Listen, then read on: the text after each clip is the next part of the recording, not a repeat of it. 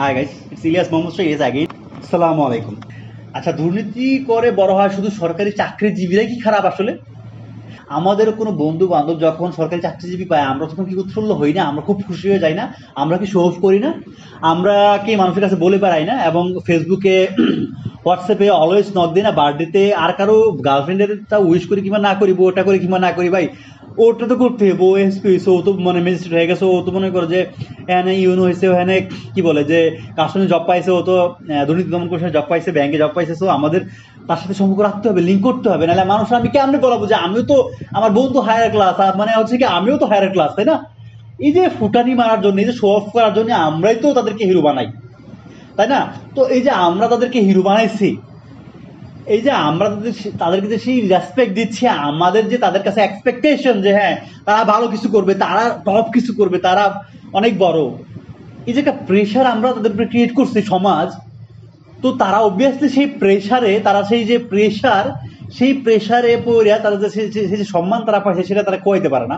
সেই সম্মান তারা কি মানে কেউ মানুষ, একটা ছেলে বা একটা পুরুষের সর্বোচ্চ আকাঙ্ক্ষা কি? আই ডোন্ট নো প্লেট হবার ঈশ্বর কে বলছে, বাট একটা ছেলে, বা আমার কাছে নিজেরও মনে হয় যে একটা ছেলে কিংবা একটা পুরুষের সর্বোচ্চ আকাঙ্ক্ষা হচ্ছে পাওয়ার। সর্বোচ্চ আকাঙ্ক্ষা পাওয়ার কেন? বিল গেটস রে তার সামনে বা এলন মাস্ক রে মানুষ গালি দিবে দিতে পারে, কেউ ভয় পাইব না, কিন্তু পুতিন রে তার সামনে কেউ গালি দিবে না, ঠিক আছে? কারণ কি? সেই এটা এটা এটা বয় হোক, বয় আর রেসপেক্ট সামটাইম একই কথা, রাইট?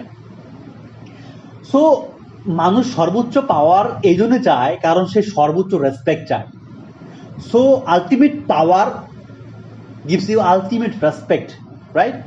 সো অবভিয়াসলি আমরা যখন সাধারণ মানুষরা একটু সরকারি চাকরি পাইলে আমরা তারা এত সম্মান দিই, হঠাৎ করে সে একটা সাধারণ মানুষ থেকে এত সম্মানে এত পাওয়ারফুল ব্যক্তি হয়ে ওঠে, তো যখন সে সরকারি চাকরি স্টার্ট করে, তার যে প্রথম শ্রেণী চাকরিজীবী হইলেও তার যে salary I am not sure, সম্ভবত 35 থেকে 71-78 হাজার টাকা স্যালারি।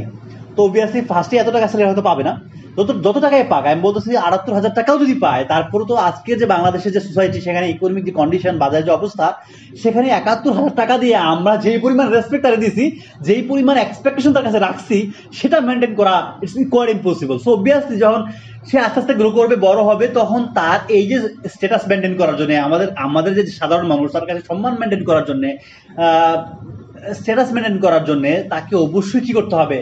আলাদা সাইড ইনকাম করতে হবে, রাইট? আমরা আমাদের কাছে সম্মান তার নিজের, আমরা যে প্রেশার ক্রিয়েট করছি সেই প্রেশারকে ধরে রাখার জন্য হলো। আচ্ছা, মানুষ এমনিতেই চাহিদা বেশি, মানুষের এমনিতেই লোভের শেষ নাই, তারপরে আমরা নিজেরা আরেকটা প্রেশার ক্রিয়েট করে দিছি। আবার যখন তারা দুর্নীতি করে তখন আমরা আবার তাদেরকে গালি দিই। আমরা কিন্তু আমাদের যে বন্ধু বান্ধব যারাই আছে পৃথিবীর, বাংলাদেশের সবাই কম বেশি কারো না কারো বন্ধু, কারো না কারো আত্মীয়, সবাই চাকরিজীবী করছে, সরকারি চাকরি করে।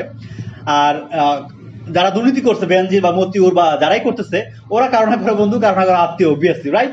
সো যে করতে পারে না সে বলে, আর যে করতে পারে, যে করে এই দুর্নীতি, সে আসলে বলে না। যারা আত্মসাধন করছে সে বলে না। এটাই দুনিয়ার নিয়ম, যে কেউ সিস্টেমটা ইউজ করে, আর কেউ সিস্টেমটা ইউজ করে সে বড় হয়, শাসন করে, আর কেউ সিস্টেম দ্বারা শাসিত হয়, শোষণ করে, এবং পরবর্তীতে কিছু করার থাকে না, তখন সে আল্লাহর কাছে বিচার দেয় এবং সে ভিকটিম সাজে যে আরে মানে ওরা তো দুর্নীতি করছে, ই করছে, সেই করছে। আচ্ছা, এটা তো গেল সরকারি চাকরিজীবীর কথা, যারা দুর্নীতি করে। এখন ভাই স্বাভাবিকভাবে মানুষের টাকার দরকার, তারা করে। আমি এখন ভালো মন্দ কাজ করে যাচ্ছি না, আমার কোশ্চেন হচ্ছে যারা আসলে দুর্নীতিজীবীর খারাপ বলা উচিত, অবভিয়াসলি উচিত, বাট যারা খারাপ বলে